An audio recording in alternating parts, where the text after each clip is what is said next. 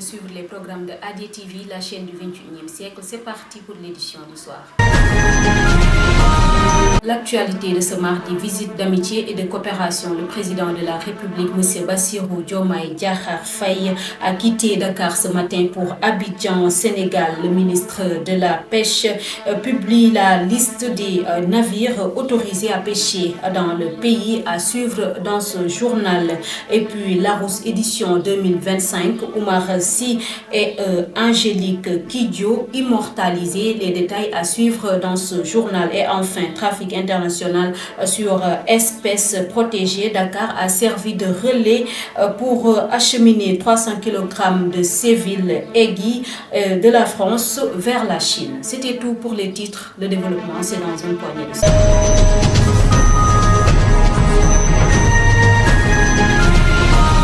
Bonsoir à toutes et à tous. Comme annoncé précédemment, le président de la République, M. Bassirou Diomaye Faye, a quitté Dakar ce matin en direction d'Abidjan. Le chef de l'État est à la 4e étape de son agenda diplomatique après la Mauritanie, la Gambie et la Guinée-Bissau. Durant cette visite de travail et d'amitié dans la capitale ivoirienne, le chef de l'État va s'entretenir avec son homologue Alassane Ouattara, président de la République de Côte d'Ivoire, dans le dessein de consolider les liens d'amitié, de fraternité et de coopération existants entre le Sénégal et la Côte d'Ivoire. N'est-ce pas, Isabelle Bambouk? D'après les informations divisées par Jeune Afrique, le président Bassirou Diomaye Faye est attendu dans la capitale ivoirienne dans la matinée du 7 mai. Le but principal de ce voyage est de rencontrer le président de la Côte d'Ivoire, Alassane Ouattara, que le président sénégalais surnomme avec affection le patriarche. Il convient de souligner que lors de l'investiture de Bassirou Diomaye Faye, le Côte d'Ivoire avait été représenté par le vice-président ivoirien Djimoko Méliène Koné. Cette visite consolide l'approche du Sénégal qui, comme le souligne Jeune Afrique, conserve sa tradition démocratique en favorisant les échanges avec les pays ouest-africains qui partagent des valeurs similaires. Merci beaucoup Isabelle Bamboki. Conformément aux engagements des plus aux autorités, la ministre des Pêches, des Infrastructures maritimes et portuaires, Dr Fatou Diouf, a rendu publique la liste des navires autorisés à pêcher dans les eaux sous juridiction sénégalaise à la date du 6 mai 2024. A précisé cependant que cette liste ne tient pas compte des dossiers qui sont en cours de renouvellement d'après la note transmise à Sénégal. Pour plus de détails. Dans un communiqué rendu public, le ministère des Pêches et des Infrastructures maritimes et portuaires informe de la publication de la liste des navires autorisés à pêcher au large des côtes sénégalaises. Il s'agit de 132 navires sénégalais et 19 bateaux étrangers qui ont obtenu des permis d'effectuer leurs activités maritimes dans les Sénégalaises à compter du 2 mai 2024. Cette mesure, qui répond au principe de transparence dans la gestion des ressources naturelles qui constituent un patrimoine national, prend effet à cette date du 6 mai 2024. Le ministère précise cependant que cette liste ne tient pas compte des dossiers qui sont en cours de renouvellement. Ceci après les documents rendus publics par le ministère. La 4e édition du Festival des 72 heures de poésie islam de Kédougou se tiendra du 17 au 19 mai 2024 à Salémata sous le thème Lire pour lutter contre les violences basées sur les genres. Cette annonce a été faite par l'association Food for Children de Kédougou selon un communiqué parvenu à la rédaction. Cet événement est placé sous la présidence effective du préfet du département de Salémata, M. Jean-Paul Sekfaye. Face à la presse hier après-midi à Thiès, le président du groupement national des mareyeurs du Sénégal, Modou Gueye, a déploré la non-convocation de sa structure aux réunions qui sont organisées au niveau du ministère de la Pêche.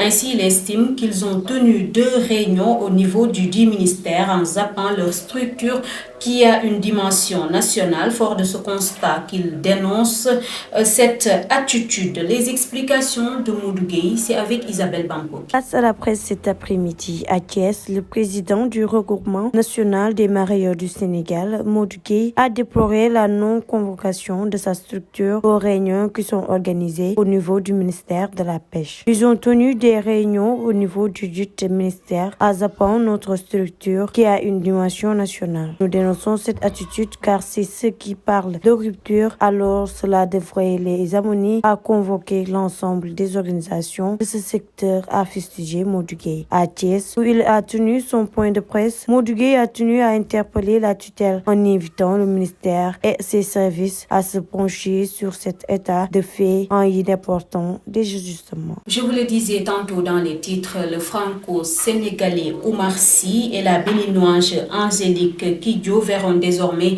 leur nom gravé dans le dictionnaire Le Larousse. Une inscription dans la postérité leur est dorénavant offerte. Ces deux stars, Oumar Sy et Angélique Kidjo, sont introduites dans l'édition 2025 du dictionnaire Le Larousse. Cette nouvelle distinction pour les deux est un couronnement pour leur performance artistique universelle reconnue. Une enquête a été ouverte en février 2023 suite à la découverte par la direction des opérations douanières françaises d'un entrepôt situé en région parisienne et les a permis de découvrir plus de 300 kg de civelle anguille destinée à être envoyée. L'enquête a permis d'établir que le Sénégal constituait le pays de rebond de ces espèces protégées ayant pour destination finale l'Algérie. Isabelle Bampoki pour plus de détails. Suite à la découverte par la direction des opérations douanières françaises d'un entrepôt situé à la région de Parisienne abritant plus de 300 kg de civile anguille destinée à être envoyée au Sénégal, une enquête a été ouverte en 2023. Une délégation conduite par un juge d'instruction française a séjourné au Sénégal du 28 au 30 avril 2024 pour enquêter sur les ramifications africaines d'un trafic international portant sur une espèce protégée, l'Anguilla anguilla. Séville européenne, dans le cadre d'investigations confiées aux services d'enquête judiciaire et financière française, d'autres saisies ont été opérées dans les douaniers de l'aéroport. L'enquête a rapidement permis d'établir que le Sénégal était vraisemblablement utilisé comme pays de rebond de ces espèces protégées ayant pour destination l'Asie, nécessitant une coopération entre les deux pays. C'est dans ce cadre qu'une demande d'intérêt judiciaire international a été transmise par le juge d'instruction française aux autorités judiciaires sénégalaises, conformément à la convention d'entraide judiciaire entre le Sénégal et la France. Et enfin, l'actualité internationale.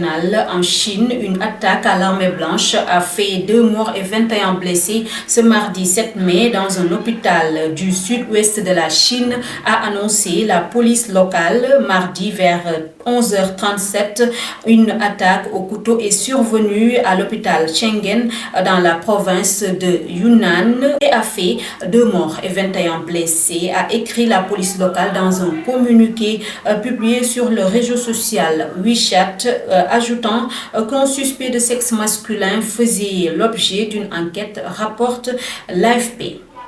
C'est cet élément qui mit fin à notre édition. Merci beaucoup de l'avoir suivi sur ADTV, la chaîne du 21e siècle, et excellente fin de soirée.